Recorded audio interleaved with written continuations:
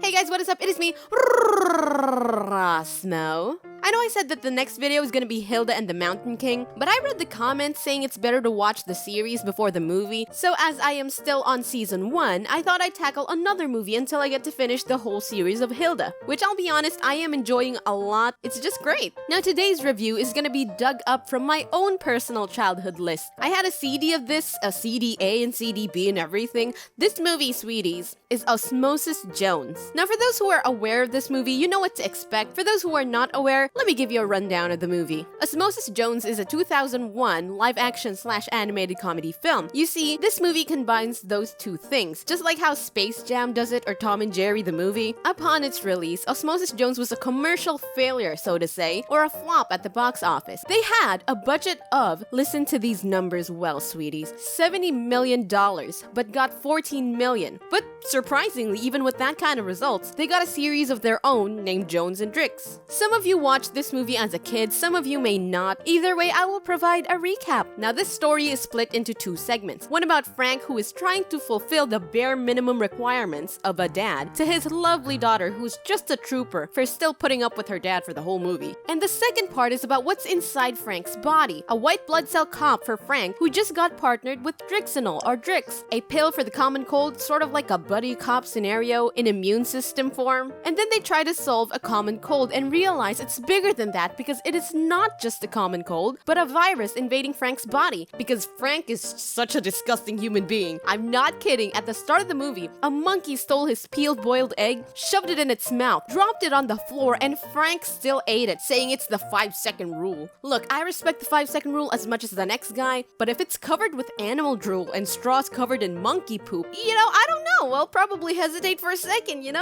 So after that little introduction, if you haven't pieced it together yet, it's like if Rush Hour and Cells at Work had a baby, except Rush Hour came out in 1998 and Cells at Work at 2018. I have to mention that because I'm sure that there's gonna be a smartass in the comments going, actually, this came out at this year. So save your typing, oh little boy, I got you. I shall be the smart ass to save you the trouble. What's weird about this movie though, other than most of the things you'd be surprised to find while watching this, is how it was received when it came out. See, when this movie came out, it had very mixed reviews. There were some who liked the story and voice acting, but some did not like it because the movie made too much gross humor, which I'll admit, they do have too many gross scenes. Like, I can't stress enough how gross some scenes are. So this is the last movie you'd ever want to watch if you want to enjoy your microwave popcorn. I won't specify more to save you guys the pain of seeing and visualizing it. Let's go into the recap now. The whole catalyst of the movie is Frank eating that filthy egg. So we established that Frank is absolutely disgusting. But it gets worse as we move along. The virus gets a hold of the body, goes to the armpit to get some goons and attack the throat to distract the immune system. In which case is the white blood cells that call themselves the Frank PD, where our main character, Osmosis Jones, is a cop that on first introduction seems like the cop that's super cocky and bad at his job. He gets assigned with Drix to clear the throat, but Jones already sensed that it's more than a common cold, but his only witness gets freezed up by Drix. They move on to the nose because Drix has a work visa effective for 12 hours and he's out of the body, or else Frank will develop an immunity against Drixinol. I love how they use normal terms and twist it a bit to fit the different contexts, like how they're ex-criminals who help cops, in this case, are vaccines that are sent to expose how to catch viruses. See that dude?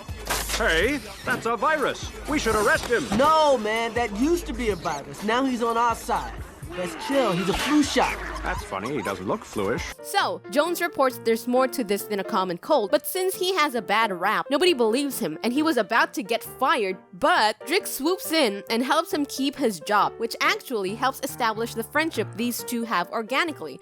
And from then on, their partnership was really fun to watch. Drix, who is a by-the-book pill, learns a lot about how things work in Frank through the street smarts witty Osmosis Jones. It's scenes like this, like how Drix is so uptight and proud and suddenly being shoved into a club, and then he suddenly gets so shy and reserved, or how Drix understands Jones and validates Jones's doubt about himself and helps him have more confidence in his judgment. The friendship between these two is really fun, and I wish I got to see more of it. While all that was happening, Shane tried to get her dad to go to a camping trip at her school, but apparently he couldn't because Shane's teacher had a restraining order against Frank for vomiting on her in the science fair. So instead, Frank decides they should go to a buffalo fair since he wants to eat chicken and not go to to the camping trip, which Shane is obviously upset about but tries not to show it, and I just want to give her a hug. All she wants is her dad to eat healthy because she lost her mom due to an illness that was not mentioned, but it was hinted that it was because of a poor lifestyle. The vomiting, by the way, was caused by Jones, who had to emergency vomit Frank because Frank decided to eat a raw oyster from that one kid's science fair, and that's what gave Jones a bad rep. So to cut it short, because the mayor wants to go to the Buffalo Fair, he pushes for it even though Shane doesn't want to go to that darn Buffalo Fair. Shane goes to her school's father-daughter camping alone without her dad, and Frank goes with his friend to the Buffalo Fair. And since he didn't get any proper medical help for a virus, while driving he passes out with a high fever, which coincidentally is the same route Shane's bus is passing by. And Shane catches an actual traumatizing scene of her dad being moved into an ambulance all unconscious. Meanwhile, in Frank's body, Jones and Drix got fired from police work. Jones gave up his badge and Drix is about to go down the toilet. But they didn't give up, and the scene of them reuniting was pretty sweet, honestly. Jones sacrifices himself to get rid of the virus out of Frank's body, but is now targeting Shane's body. And of course, we get this really cool animated fight scene on top of Shane's eye.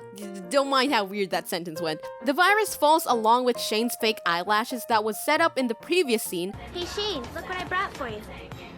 They're false eyelashes. And dies. Meanwhile, Jones gets back to Frank's body because Shane cried and her teardrop went into his mouth.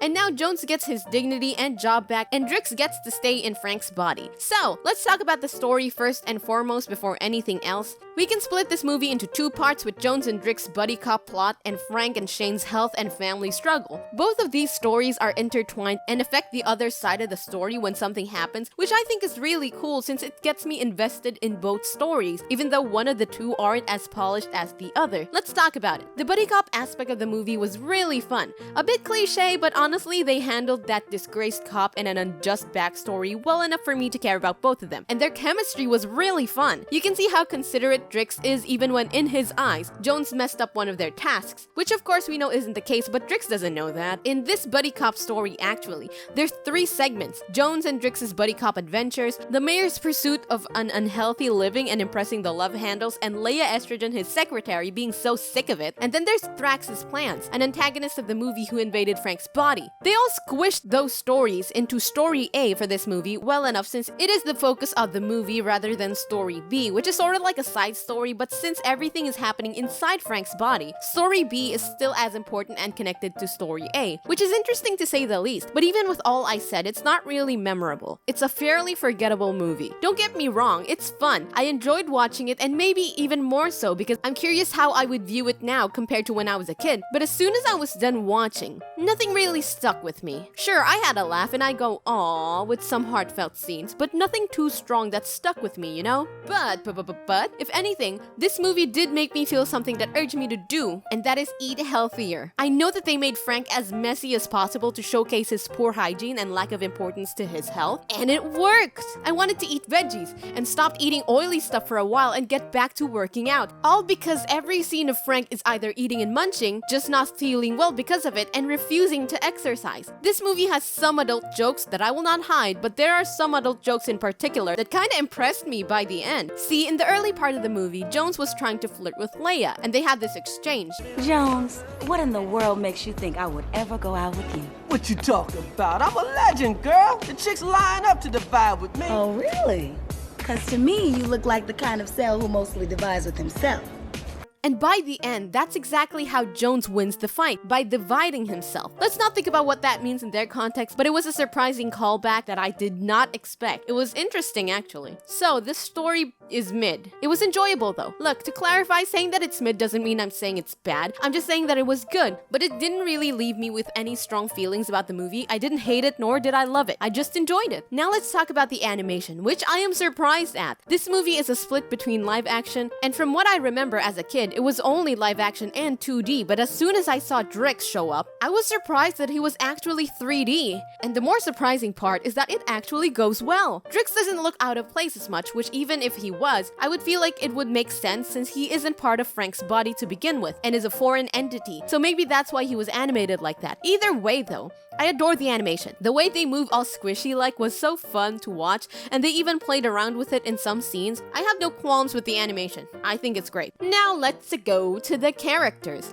And let's start with the protagonist, Osmosis Jones. He is cocky at the start and not respected by his peers, and by the end, he's still cocky, but is now given the recognition he deserves. His whole arc is proving himself to others that he's just as good a cop as any, and coming to terms that he's not a bad cop after all. His struggle with doubting himself whether he did the right thing or not was super relatable, and while telling his story, you see a more quiet and reserved Jones. And when Drix consoles him about him being right and justified for what he did in the past was something he really needed to hear. He just needed someone to believe in him. And Drix, being more strict and blunt about what he says, is reassuring to him that he genuinely does believe Jones did the right thing. Though with all the motivation and flaws that are good about the character, I don't like how much of a creep he is to Leia. I mean, sure, they get together by the end for some reason with not much development, but this scene irked me quite a bit with how Leia keeps moving away from him and how much he closes in. It's very uncomfortable to watch, but luckily Leia shuts him down straight. Let's move on to Drix. I don't really have much to say on him other than I like his character. It was fun to see him work with someone the complete opposite as him though. It was entertaining to see how strict and confident he is,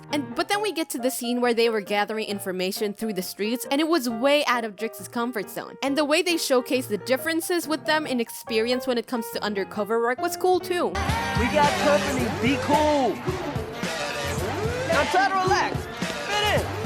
Shake a tail cell or something. Also, I forgot to mention, but this club scene was so weird. Like, not weird in a normal way, but I watched it as a kid and they had this scene. I didn't remember it though, so I guess it's nothing, but it did come as a shock to me that they showed this. Now let's talk about Frank. Frank is the movie's cautionary tale of what'll happen if you don't take care of your body. And he filled that role great because I would hate to be him, and I'm motivated to eat healthy and exercise now. Thank you, Frank. Now that I brushed upon what Frank is to the story, let's talk about how much of a horrible dad he is. Yes, okay, by the end, he started thinking about Shane and went on that trip with her and did approach the teacher so he can fulfill Shane's wishes, but he barely thinks about Shane and considers her feelings. Look, I may not like Frank as a dad, but I can't ignore the fact that he has good intentions. It's just that he has little of that, and the execution is always bad. I know it's not easy to be a single parent, but in the early scenes of the movie, it's always Shane looking after her dad and not the other way around, because he's not taking care of himself. The kid just wants to be with her dad longer without worrying about his health that he so poorly manages. Surprisingly, I do have a revisions with Rosmo for this review. Yes! Welcome to the section of Every Ever Heard Of episode where I try to revise this movie in ways that I could improve on it. Okay, this is gonna be a doozy, so hear me out. So imagine Shane right in front of Frank, and Frank is looking directly at the egg that has monkey drool and is on the dirty ground and not eat it. Huh? The end. I think that would be perfect. Anyway, thanks so much for watching this video. The next movie review is definitely Hilda and the Mountain King now, since I'm sure by this point I finished the series of Hilda. So yeah, thanks to these awesome patrons of mine that I get to keep going in the channel. And look, I know we just hit 100k recently, and now we're close to 200k, so I just want to say thanks a lot. I'll be sure to make more reviews and songs that you guys would like. I know it's not going to be as fast as before because I am busy with work, but I will keep making content for you guys, don't you worry. Shoutouts to my patrons in the Butternut tier, Cross, Christian V, Kyle, Jacob K, and F Ignite in the Dill Pickles tier.